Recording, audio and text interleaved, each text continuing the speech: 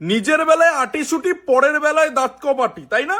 এখন BJP vote চুরি করেছে, এই ধরনের অভিযোগ তুলে বাংলা বিহার নয়, বাংলা বাংলায় হয়, বাংলাকে কখনো বিহার হতে দেব না, উত্তরপ্রদেশ হতে দেব না, গুজরাট হতে দেব না, এখন অনেক বাতলা মারছেন এই চটি চাটারা।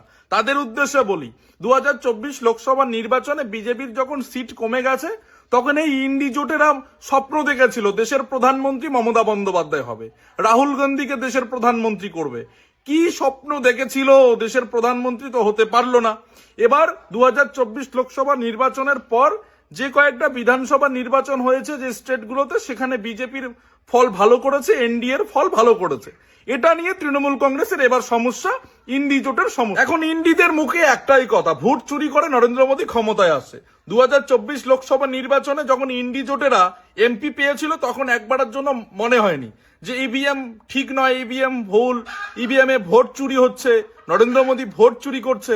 এখন বিধানসভা নির্বাচনে বিধানসভায় বিজেপি এবং এনডিএ ভালো ফল করছে, এদের এখন যত সমস্যা।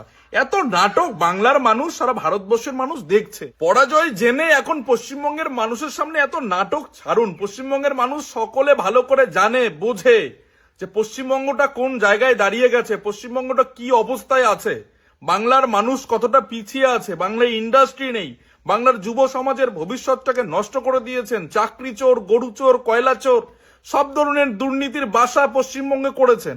তবুও কিছু কিছু তৃণমূল কংগ্রেসের চটি চাটাদের নাক কান এতটা কাটা, এতটা লজ্জাহীন, এত কিছু জেনে বুঝেও ইউপি বিহার বাংলাকে হতে দেব না। আরে এত নাটক ছাড়ুন, বাংলার মানুষ ইউপি বিহার, হরিয়ানা, গুজরাটের মতো ইন্ডাস্ট্রি বাংলাও চায়, বুঝলেন তো?